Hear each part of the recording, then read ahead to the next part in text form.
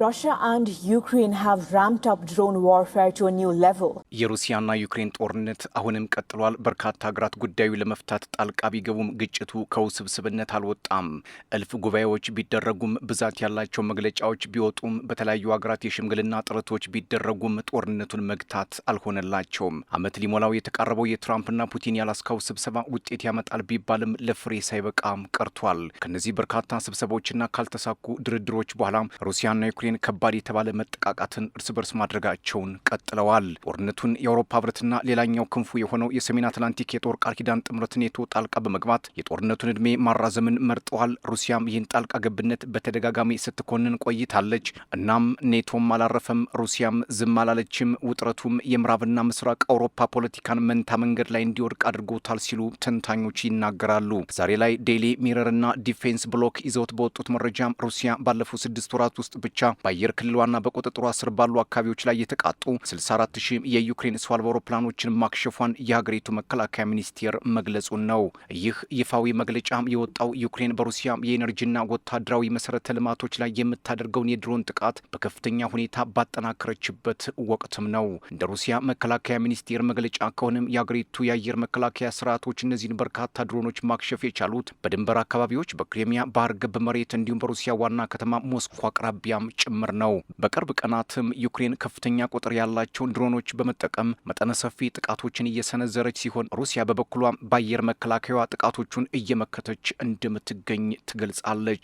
ይሁን እንጂ በገለልተኛ አካላት ያልተረጋገጠው ይህ የ64,000 ድሮኖች ቁጥር በሁለቱ ሀገራት መካከል እየተካሄደ ያለው ጦርነት ወደ ከፍተኛ የቴክኖሎጂና የረዥም ርቀት መሳሪያ ውጊያ መሸጋገሩን የሚያሳይ መሆኑን የጦር ተንታኞች ይናገራሉ።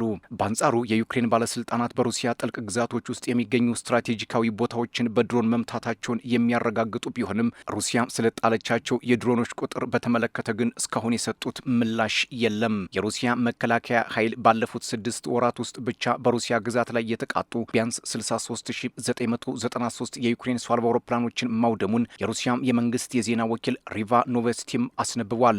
የሪቫ ኖቨስቲ ዘገባ እንደሚያሳየው የዩክሬን የድሮን ጥቃት ሰኔ ላይ ከፍተኛ ደረጃ ላይ የደረሰ ሲሆን በ6 ወር ውስጥ በቀን በአማካይ ወደ 600 የሚጠጉ ድሮኖች ይተኮሱ ነበር።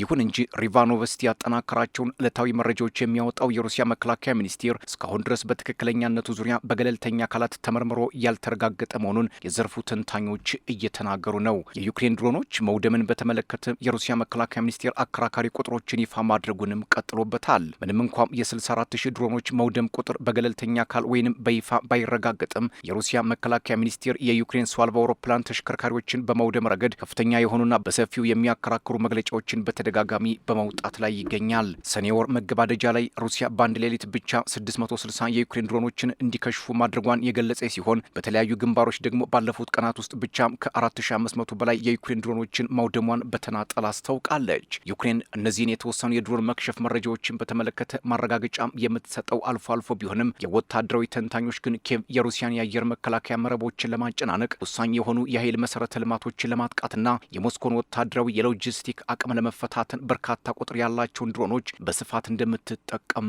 ይገልጻሉ። ሌላው አልጀዚራ ይዞት የወጣው ዘገባ እንደሚያሳየው የዩክሬኑ ፕሬዝዳንት ቮሎዲሚር ዜሌንስኪ ጎረቤት ሀገር ቤላሩስ በግዛቷ ላይ የሚገኙና ለሩሲያ የድሮን ጥቃት መነሻ የሆኑ 4 ጣቢያዎቿን በአስቸኳይ እንድትዘጋ ጥሪ ማቅረባቸው ሞስኮ በቤላሩስ አካባቢ ወታደር እያሰፈረች ነው የሚለውን የኪየቭና አጋሮቿን ጥርጣሬ በገሃድ ያሳየ ስለመሆኑ አመላካች ሆኗል። እንደ ፖለቲካ ተንታኞች ሞስኮ ወደ ቤላሩስ ማዘንበሏ ዩክሬንም ይህንን ማውገዟ የጦርነቱ አውድ ወደ ጉረቤት ሀገራት ስለመሻገሩ ጠቋሚ ነው። እንደ መረጃዎች እነዚህ ጣቢያዎች ሞስኮ በዩክሬን ላይ ለምታከናውነው የድሮን ጥቃት እንደመነሻ በመሆን ከፍተኛ እገዛ እያደረጉ ይገኛሉ። ይህ የፕሬዝዳንት ዜሌንስኪ ጥሪ ዩክሬን የአየር ክልሏን ደህንነት ለመጠበቅና የሩሲያን የረዥም ርቀት ጥቃቶች ለማዳከም ከምታደርገው የስትራቴጂካዊ ጥረት አንዱ አካልም ነው ተብሏል።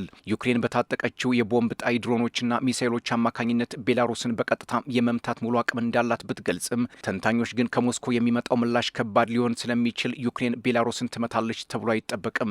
ከዩክሬን ጋር ሲነጻጸር 1/3 ገደማ ስፋት ያላት ቤላሩስ የአየር መከላከያ ስርዓቶቿ ደካማ በመሆናቸው የዩክሬንን የድሮን ጥቃት በብቃት የመመከት አቅም የላትም ቢባልም ሞስኮ ግን ይህንን ጥቃት በላይ ታልፈዋለች ለማለት አያስደፍርም። በመጨረሻም አሁን ላይ አርቲ ይዞት የወጣው ዘገባ እንደሚያሳየው የሰሜን አትላንቲክ የጦር ቃል ኪዳን ድርጅት ኔቶ አባል ሀገራት በቱርክ ለሚያደርጉት ታሪካዊ ጉባኤ እየተዘጋጁ ባለበት በአሁኑ ወቅት ጣሊያን ለዩክሬን የሚሰጠውን ወታደራዊ እርዳታ ለረጅም ዓመታት አስቀድሞ ለመወሰን የቀረበውን የውሳኔ ሀሳብ መቃወሟን ነው። እንደ ዲፕሎማሲያዊ ምንጮች ዘገባም የኔቶ አምባሳደሮች ለ2026 የሚውል የ70 ቢሊዮን ዩሮ የጦር መሳሪያ ጥቅል ድጋፍ ማዕቀፍ ላይ ሙሉ ስምምነት ላይ የደረሱ ቢሆንም የሮም መንግስት ግን ይህንን ተመሳሳይ የገንዘብ መጠን ለቀጣዩ የፈረንጆች ዓመትም በዋስትናነት ለማሰር የቀረበውን አንቀጽ ውድቅ አድርጎታል። ኔቶ ማናቸውን ውሳኔዎች የሚያሳልፈው በአባል ሀገራቱ ሙሉ ስምምነት በመሆኑ የጣሊያን ተቃውሞ የቃል ኪዳኑ የጋራ መግለጫ ረቂቅ ለጊዜው እንዲስተጓጎልም አድርጎታል።